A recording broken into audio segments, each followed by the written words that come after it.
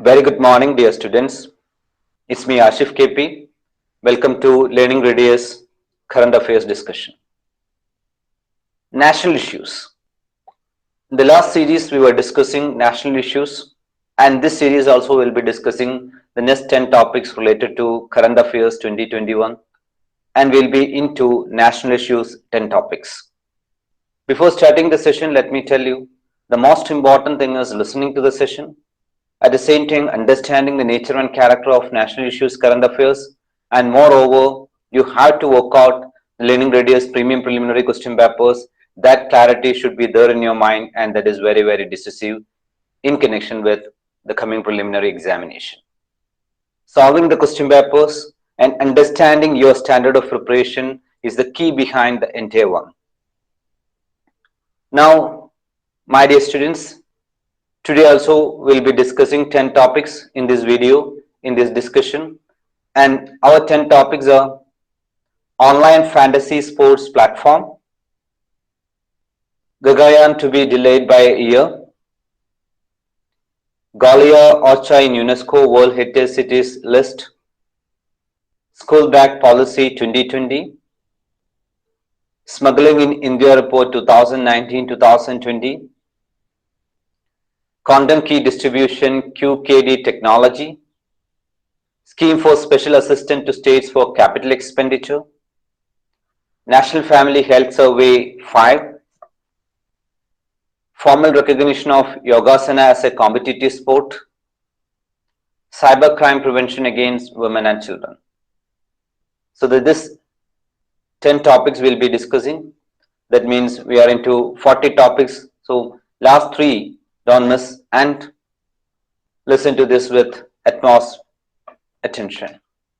So our topics are cybercrime prevention against women and children, formal recognition of Yogasana as a competitive sport, National Family Health Survey 5, Scheme for Special Assistance to States for Capital Expenditure, Condom Key Distribution QKD Technology, Smuggling in India Report 2019-2020, School Bag Policy 2020, Gwalior Orchha in UNESCO World Heritage Cities list, Gaganyaan to be delayed by a year, and online fantasy sports platform.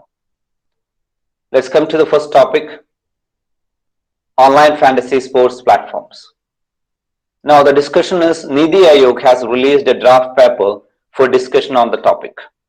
So before coming to online fantasy sports platform, there should be absolute clarity regarding NITI Aayog.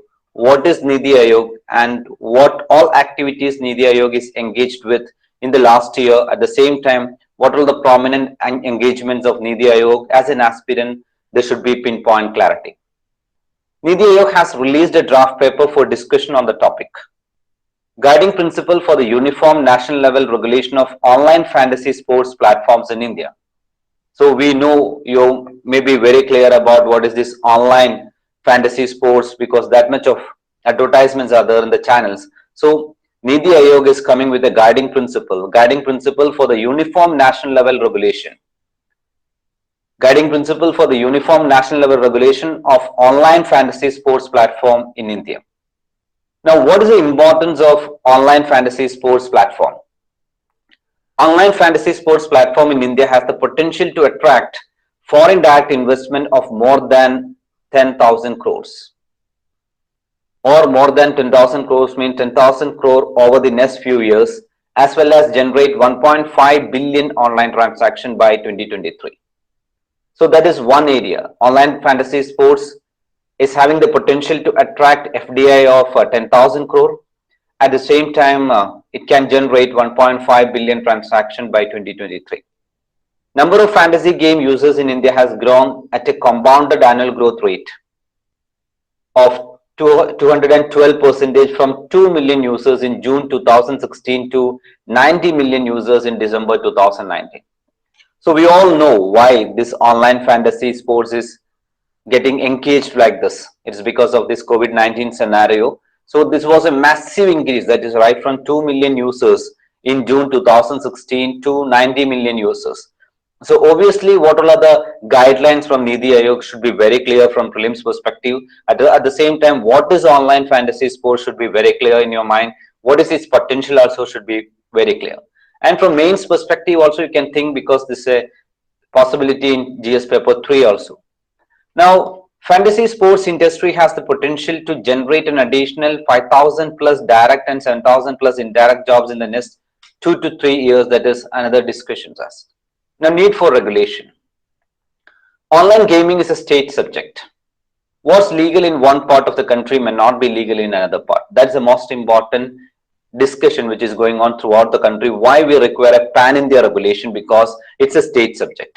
When it comes to a state subject, that is polity, it's a state subject. So obviously one state may be allowing one thing, another state may not be. So online gaming is a state subject. What's legal in one part of the country may not be legal in another part.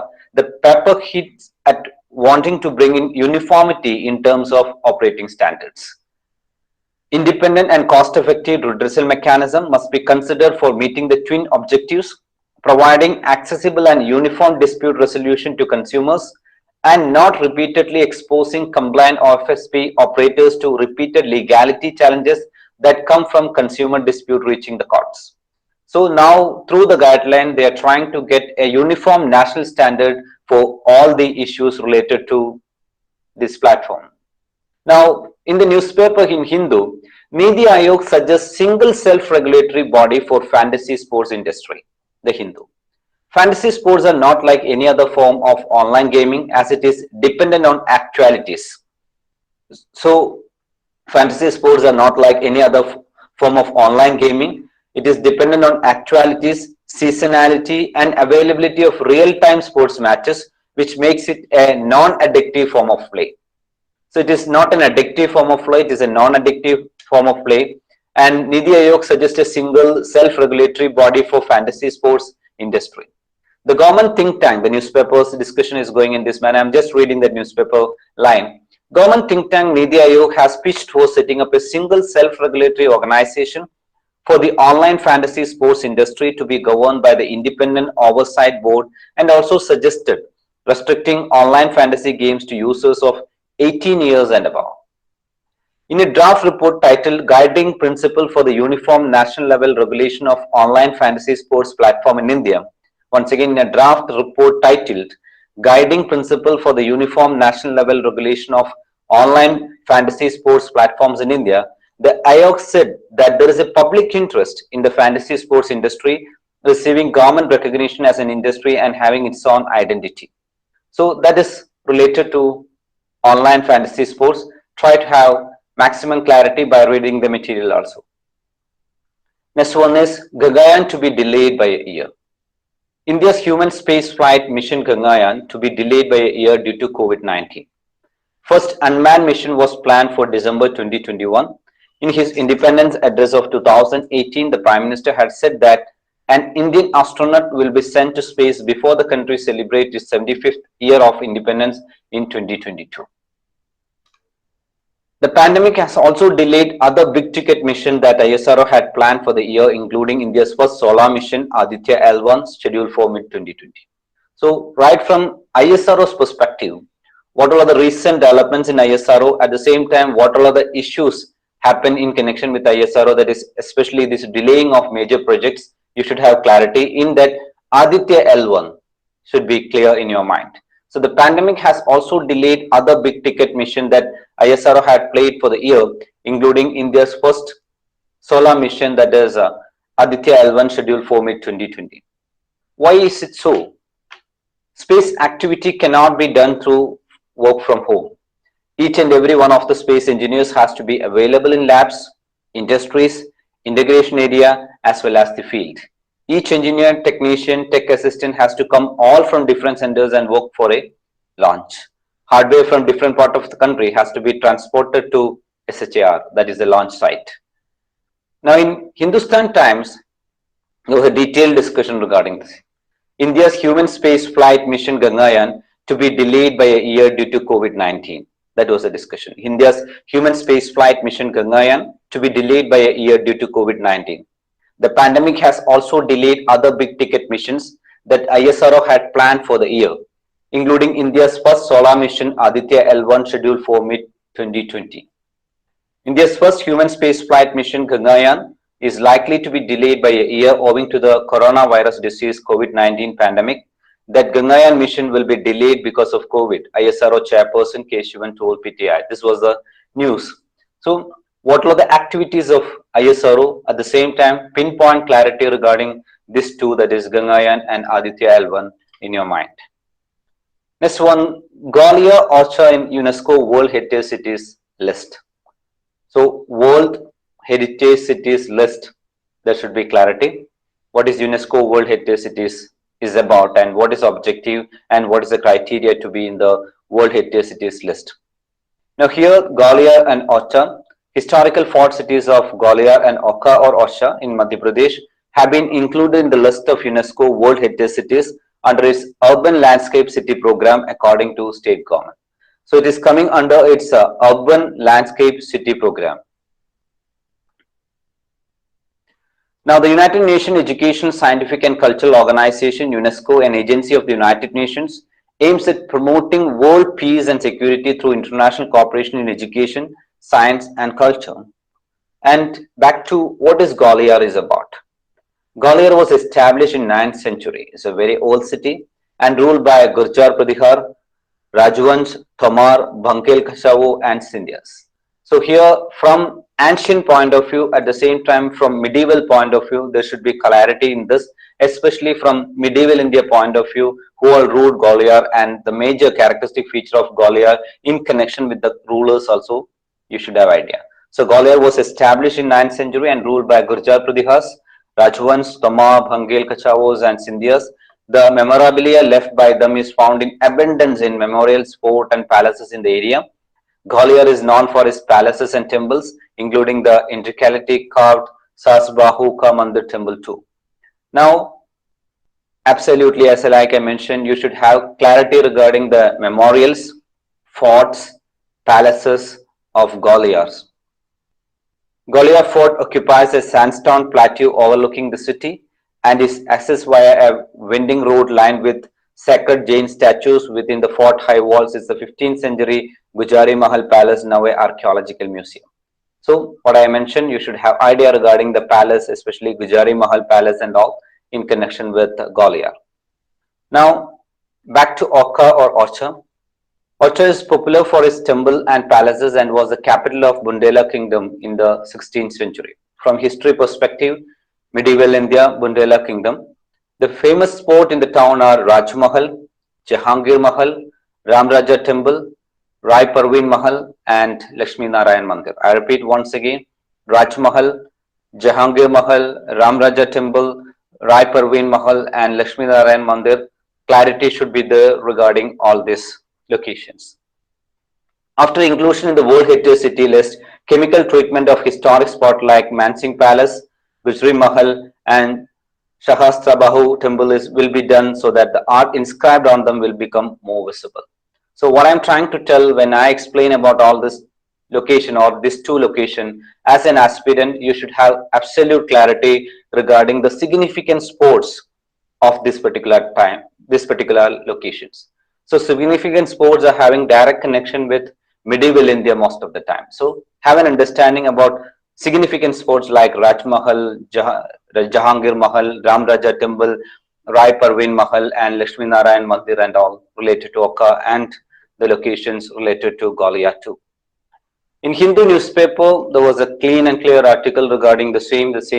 You can see Gwalior, Orchha in UNESCO World Heritage Cities list, MP government. The Hindu, the historical fort cities of Gwalior and Orchha in Madhya Pradesh have been included in the list of UNESCO World Heritage Cities under its Urban Landscape City Program according to the state government. An official of the government's Public Relations Department on Monday said tourism experts have termed the inclusion as a major achievement for the state. The United Nations Educational, Scientific and Cultural Organization, an agency of the United Nations, aim at promoting world peace and security through international cooperation in education, science and culture. So it's a part of promoting world peace and security, that is the inclusion of different locations of the world into a part of UNESCO's World Heritage Site. And regarding Orchha and Gwalior, I explained. Next one is about School Bag Policy 2020. It is in line with the new educational policy.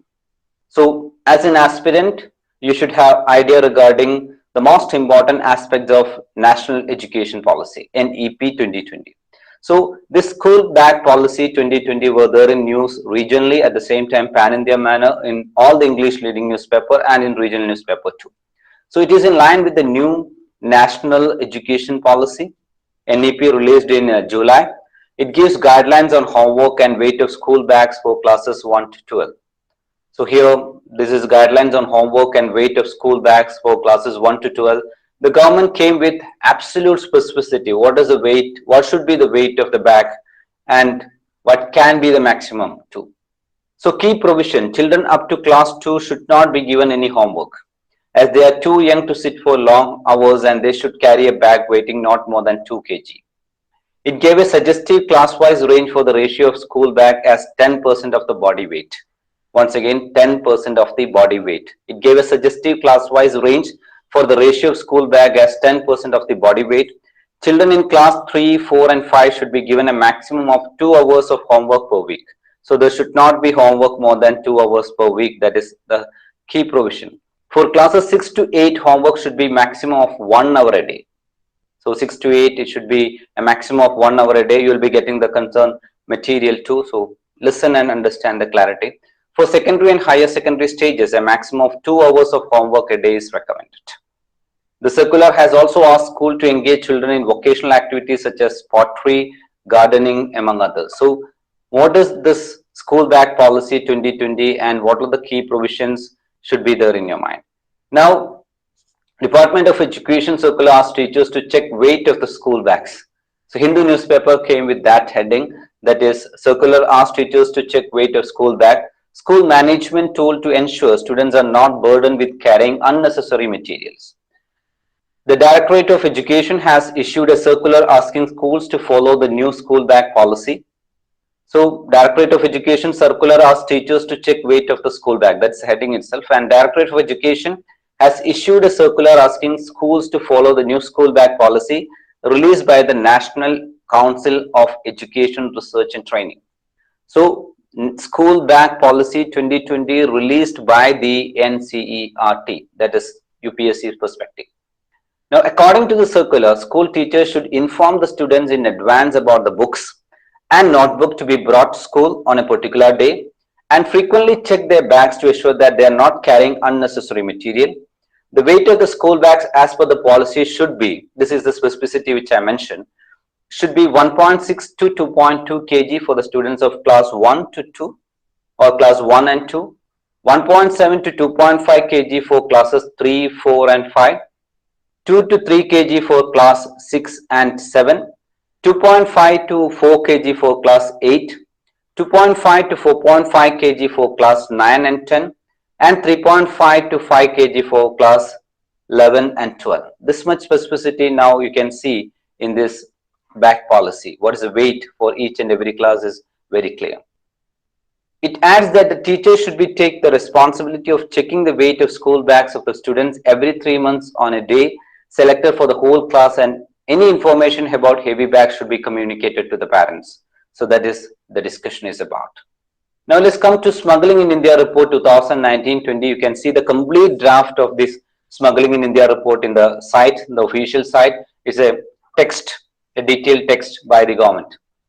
So Smuggling in India report 2019-2020, Finance Minister Nirmala Sitharaman released the Smuggling in India report 2019-20, which analyzes organized smuggling trends on gold and foreign currency, narcotic drugs, security, environment, and commercial frauds. So this asset is giving a clear picture of what's going on in connection with organized smuggling trends on gold and foreign currency, narcotic drugs, security, environment, and commercial frauds. And this was the PIB's discussion. Ministry of Finance, Union Finance Minister Srimati Nirmala Sitharaman inaugurates DRI's 63rd founding day celebration. Now this Directorate of Revenue Intelligence, that is DRI, Directorate of Revenue Intelligence 63rd founding day celebration was a significant area. At the same time, it was there in the newspaper of all the, it was there in the all regional, at the same time national newspapers. So Union Finance Minister Srimati Nirmala Sitharaman inaugurates Directorate of Revenue Intelligence 63rd Founding Day celebration. That was a major heading, and below you can read Union Minister of Finance and Corporate Affairs Srimati Nirmala Sitharaman here today observed the 63rd founding day of the Directorate of Revenue Intelligence, the apex anti-smuggling intelligence and investigation agency functioning under the aegis of Central Board of Indirect Taxes and Customs. So that is again UPSC's clarity you have to understand in that particular point. That is Directorate of Revenue Intelligence, the apex anti-smuggling intelligence and investigation agency functioning under the aegis of Central Board of Indirect Taxes and Customs. So there should be clarity regarding Central Board of Indirect Taxes and Customs, at the same time clarity regarding Directorate of Revenue Intelligence. And the news from PIB is Srimati Sitharaman unveiled Smuggling in India Report 2019-20, which analyzes organized smuggling trends on gold and foreign currency, narcotic drugs, security, environment, commercial frauds, and the discussion in clarity as such you can see in PIB. At the same time, the entire document is available. Now, next is a term called QKD, that is Quantum Key Distribution Technology. We can tell this is a part of science and technology too. Now, what is QKD and what the news is about? DRDO developed quantum key distribution technology, underwent trials in Hyderabad between two DRDO labs, DRDL and RCI, to show secure communication. So, QKD is two secure communication, at the same time it is related with DRDO, and in the discussion I conveyed it is by two DRDO labs, one is DRDL and RCI, in connection with the secure communication. Now, sharing of keys over the air or wired links require encryption, which in turn requires encryption keys to be pre-shared. Quantum-based communication offers a robust solution to sharing the keys securely. So, quantum key distribution or quantum-based communication offers a robust solution to sharing the keys securely. That is a key area in connection with QKD. Now, more about QKD, the technology is developed by CAIR Bangalore and DYSL QT Mumbai. Quantum communication using time-bin quantum key distribution, QKD. Once again, quantum communication using time-bin quantum key distribution scheme was performed under realistic condition. The setup also demonstrated the validation of detection of a third party trying to gain knowledge of the communication. Quantum-based security against eavesdropping was validated for the deployed system at over 12-kilometer range and 10 dB attenuation over fiber optic channel. So that is the specificity related to QKD. I mentioned the 4 points related to the same. Now, continuous wave laser source was used to generate photons without depolarization effect. The timing accuracy employed in the setup was of the order of picoseconds. The single photon avalanche detector SPAD recorded arrival of the photons and key rate was achieved in the range of kbps with low quantum bit error rate.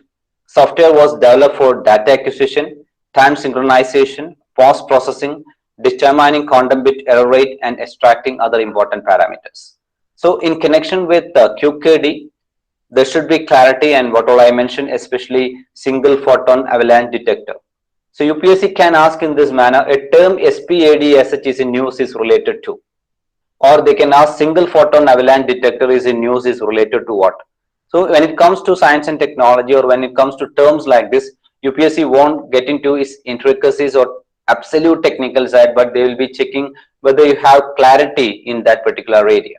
So QKD at the same time, the terms related to QKD should be clear in your mind. Now, use of technology when it comes, the work being done at DRDO will be used to enable startups and SMEs in the domain of quantum information technology.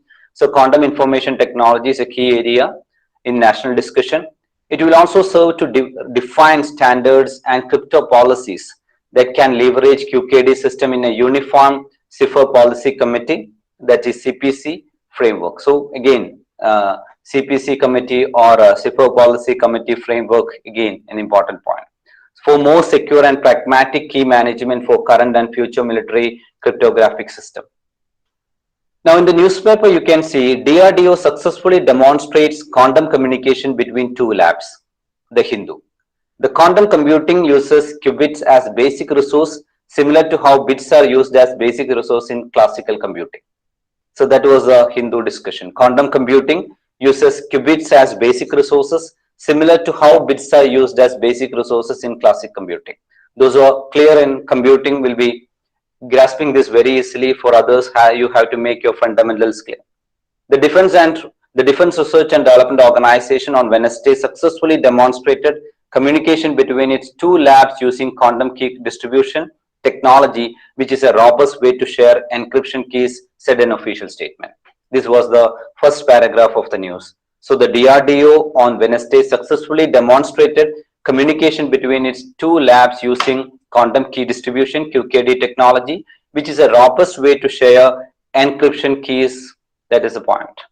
So that's about QKD. At the same time, quantum computing using qubits as basic resource, that is also key area to be understood.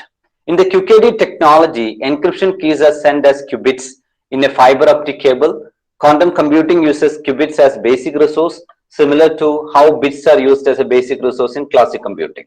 So that is the fundamental understanding you're supposed to have in QKD. The QKD is designed in a way that if an intelligence entity tries to read the transmission, it will disturb the qubits which are encoded on photons, and this will generate transmission errors, leading to legitimate end users being immediately informed.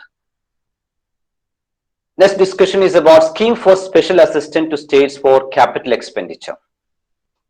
So UPSC asks questions, capital expenditure and all in economic and social development. What is capital expenditure is about and all. Here it is in national news. The scheme was announced by the finance minister on 12th October 2020 as a part of Atmanirbhar Bharat package. The scheme is aimed at boosting capital expenditure by the state government who are facing difficult financial environment this year due to the shortfall in tax revenue arising from the COVID-19 pandemic. So once again, scheme for special assistance to state, so which is a state and all we'll discuss. So scheme for special assistance to state for capital expenditure. The scheme was announced by the finance minister on 12th October 2020 as a part of the Atmanirbhar Bharat package. So a fundamental clarity regarding Atmanirbhar Bharat should be there because Atmanirbhar Bharat is in discussion in the last year and this year too. The scheme is aimed at boosting capital expenditure by the state government who are facing difficult financial environment this year due to the shortfalls in tax revenue arising from the COVID-19 pandemic. So to manage the crisis of COVID-19. Capital expenditure have a higher multiplier effect. So what is multiplier effect should be there in your mind. Capital expenditure has a higher multiplier effect, enhancing the future productive capacity of the economy and result in a higher rate of economic growth. The scheme has got very warm response from the state governments. And in that there are three parts from UPSC point of view. Part 1, part 2 and part 3 should be clear in your mind. I'll read the part 1. Part 1 of the scheme covers the northeastern region. So part 1 is covering the northeastern region. Part 2 of the scheme, this amount has been allocated among the states in proportion to their share of the central tax as per the interim award of the 15th Finance Commission for the year 2020-2021. So part 1 is important, part 2 is very important. Part 2 of the scheme, this amount has been allocated among the states in proportion to their share of their central tax as per the interim award of the 15th Finance Commission for the year 2020-2021. And part 3 of the scheme is aimed at pushing various citizen-centric reforms in the state. This amount will be available only to those states who carry out at least 3 out of the 4 reforms specified by the Ministry of Finance. So that is a clause. This amount will be available only to those states who carry out at least 3 out of the 4 reforms specified by the Ministry of Finance. The 4 reforms are One Nation, One Ration Card, Ease of Doing Business Reform, Urban Local Body Utility Reform, and Power Sector Reform. Out of these 4, you have to go with 3, then only you will be able to get the fund. So once again, One Nation, One Ration Card, Ease of Doing Business Reform, Urban Local Body Utility Reform, and Power Sector Reform. So the amount will be available to only to those states who carry out at least 3 out of the mentioned 4 reforms. So that is interesting related to part 3. So part 1, part 2 and part 3 of this discussion should be clear. The same was there in the PIB in detail, Ministry of Finance. The first heading was Government of India to provide Rs 15,000 crore to states for capital expenditure. Second major heading was states to get Rs 5,000 crore for asset monetization and disinvestment. And third topic was guidelines on the scheme of financial assistance to states for capital expenditure for 2021-2022 issued. That was there posted on 30th April 2021. That is very recent. Now, the Ministry of Finance, Government of India has decided to provide an additional amount of up to Rs 15,000 crore to state as interest-free 50-year loan for spending on capital project. The Department of Expenditure has issued fresh guidelines in this regard on the scheme of financial assistance to states for capital expenditure for the financial year 2021-22. The Finance Minister had, in her budget speech, announced that Centre would take measures to nudge states to spend more on infrastructure and to incentivize disinvestment of their public sector enterprises. So here I explain what is the discussion is about in detail, and in the entire discussion we can see part 1, part 2 and part 3 and all. And let's come to the next one, National Family Health Survey 5. National Family Health Survey 5, that is Union Minister of Health and Family Welfare, Government of India, released the fact sheets of key indicators on population, reproductive and child health, family welfare, nutrition and others for 22 states or UTs of the first phase of the 2019-20 National Family Health Survey on Universal Health Coverage Day on 12 December 2020. So National Family Health Survey and the discussions inside National Family Health Survey should be clear in your mind from prelims perspective first of all, and second one from mains perspective too, because that much of detail you can see in National Family Health Survey. So Union Minister of Health and Family Welfare, Government of India released the fact sheets of key indicators on population, reproductive and child health, family welfare, nutrition and others for 22 states or UTs of the first phase of the 2019-20 National Family Health Survey 5 on Universal Health Coverage Day on 12 December 2020. The state fact sheets released include information on 131 key indicators. So there's discussion on 131 key indicators, and I'll explain this discussion in a short manner. NFHS 5 includes new focal areas such as expanded domains of child immunization, components of micronutrients to children, menstrual hygiene, frequency of alcohol and tobacco use, additional components of non-communicable diseases, that is NCDs, expanded age range for measuring hypertension and diabetes among all aged 15 and above, will give requisite input for strengthening existing program and evolving new strategy for policy intervention. Now, an expanded domain which includes child immunization, components of micronutrients to children, menstrual hygiene, frequency of alcohol and tobacco use, additional components of non-communicable disease, expanded age range of measuring hypertension and diabetes among all aged 15 years and above. So these are the key areas which is there in the expanded domains. These important indicators on population, health and family welfare, nutrition and others will help track progress sustainable development goals. So SDGs, and again in discussion, what is sustainable development goals of the country? At the same time, what is the status of sustainable development goals as far as India is concerned has to be understood. Now, the key result from the state or UT fact sheet, the total fertility rate has further declined. It's good. Since NFHS 4 is almost all the phase 1 states and UTs, the replacement level of fertility 2.1 has been achieved in 19 out of the 22 states, and only 3 states, Manipur, Meghalaya and Bihar, have TFR above replacement. So total fertility rate as it is good right now, 19 out of 22 states as it achieved, only 3 states, Manipur, Meghalaya and Bihar, have TFR above the replacement level. So that is the first and the important one. And what is total fertility rate should be clear as a basic fundamental GK. Next one, overall contraceptive prevalence rate, CPR. Again, once again, CPR is a term which should be clear. Overall contraceptive prevalence rate has increased substantially in most states or UTs, and it is highest in Himachal Pradesh and West Bengal. Use of modern method of contraception has also increased in almost all states or union territories. Unmet needs of family planning have witnessed a declining trend in most of the phase 1 state and UTs. So unmet needs of family planning have witnessed a declining trend in most of the phase 1, that is in the states and union territories. The unmet need for spacing, which remained a major issue in India, in the past has come down to less than 10% in all states except Meghalaya and Mizoram. That's another discussion. Then this is related to immunization. Full immunization drive among children aged 12 to 23 months have recorded substantial improvement. That is another discussion related to immunization.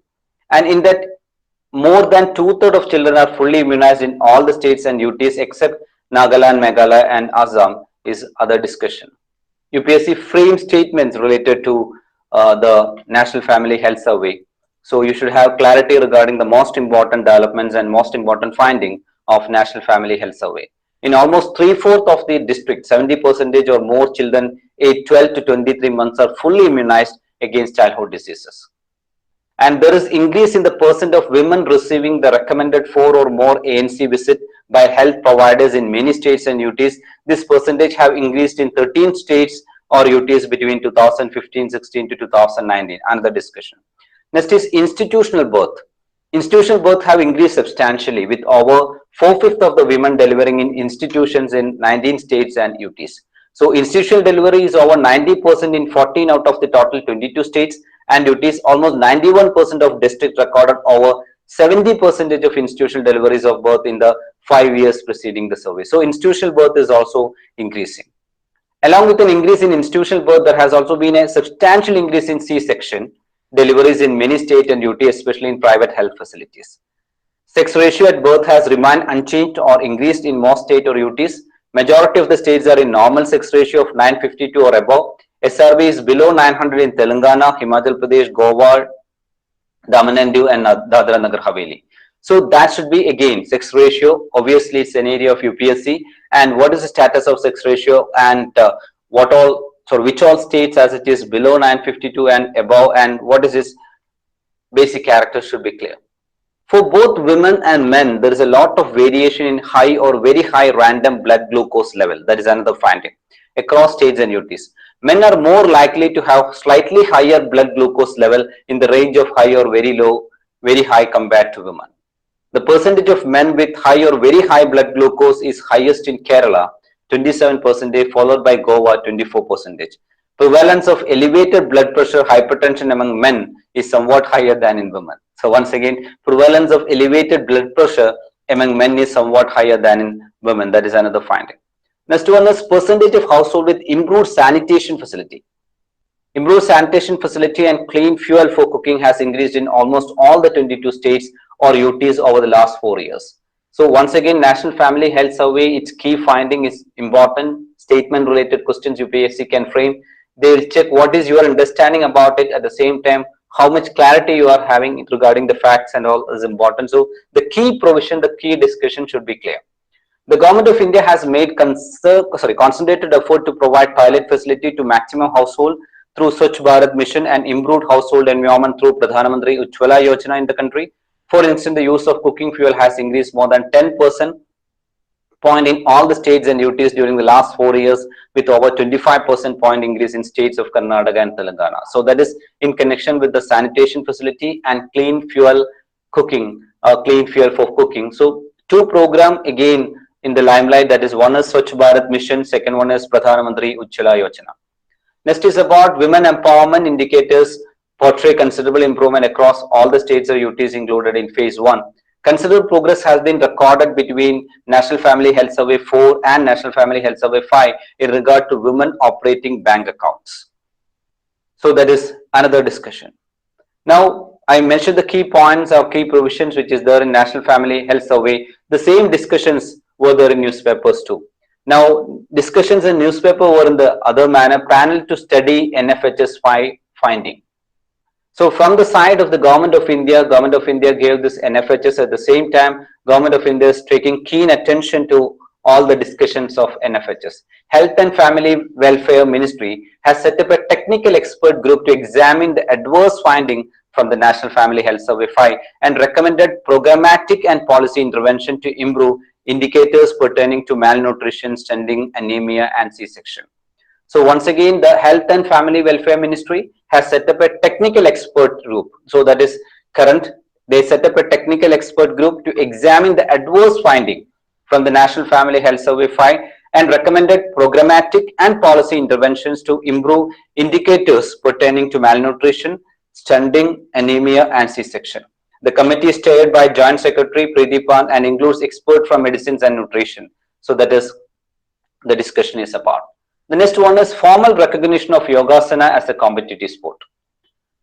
So the Ministry of Ayush and Ministry of Youth Affairs and Sports announced the formal recognition of Yogasana as a competitive sport at a joint press conference held by Union Minister of State, Independent Charge for Ayush Shripad Naik and Union Minister of State, Independent Charge for Youth Affairs and Sports Sri Kiran Rijiju in New Delhi.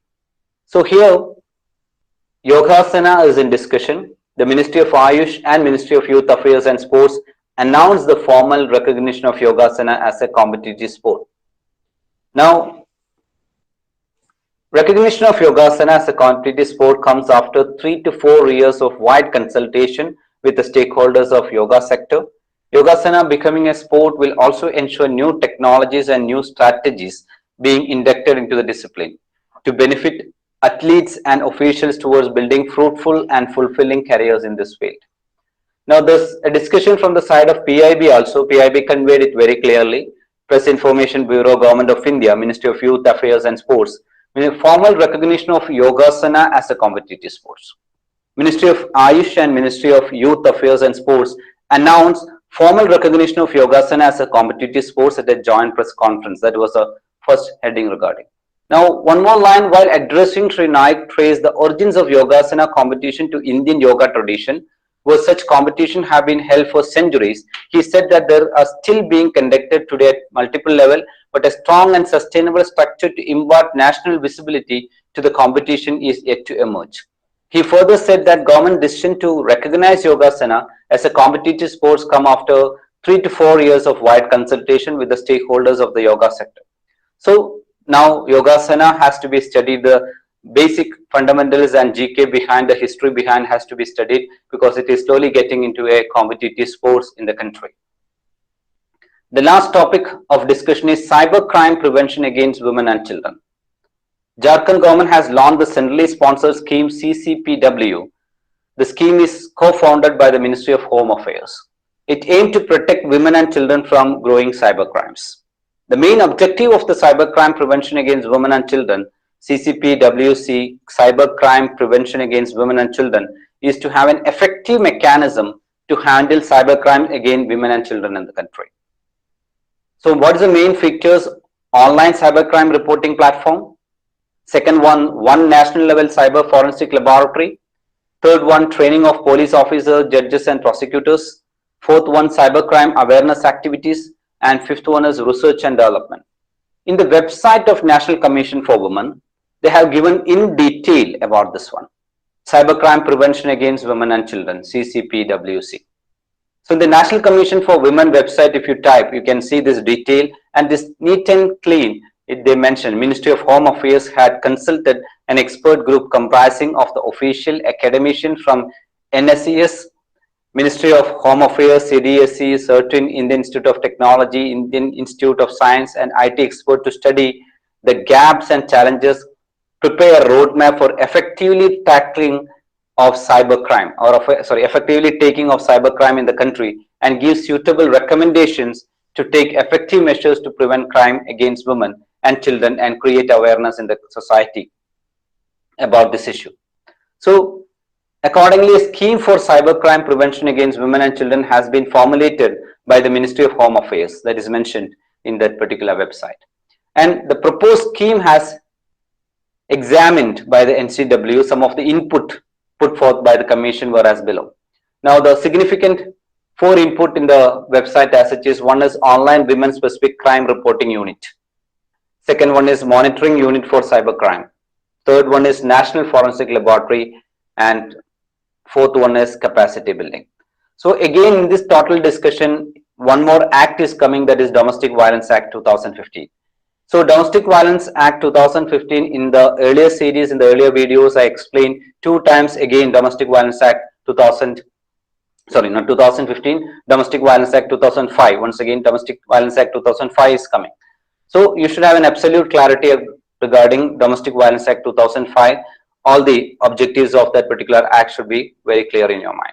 In this particular discussion, the significant input put forth by the commission as such is: one is online women specific crime reporting unit, second one is monitoring unit for cybercrime, third one is national forensic laboratory, and fourth one is capacity building.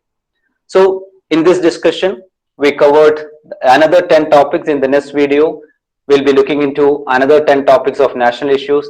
At the same time, the most important thing is understanding this one, framing the current affairs as according to the requirement of UPSC by understanding the nature and character of 2020 and 2017, 18 and 19 question papers, especially 2020 question paper, and at the same time work out the Learning Radius Premium Preliminary question papers. That is very, very important, and only you will be getting the complete edge in the coming preliminary examination. So that's all for right now. In the next video, we'll be coming with the next 10 topics of national issues. Have a great time. Happy learning. Calm version is the most productive version. Be calm and go with productive learning. Have a great time. Thank you.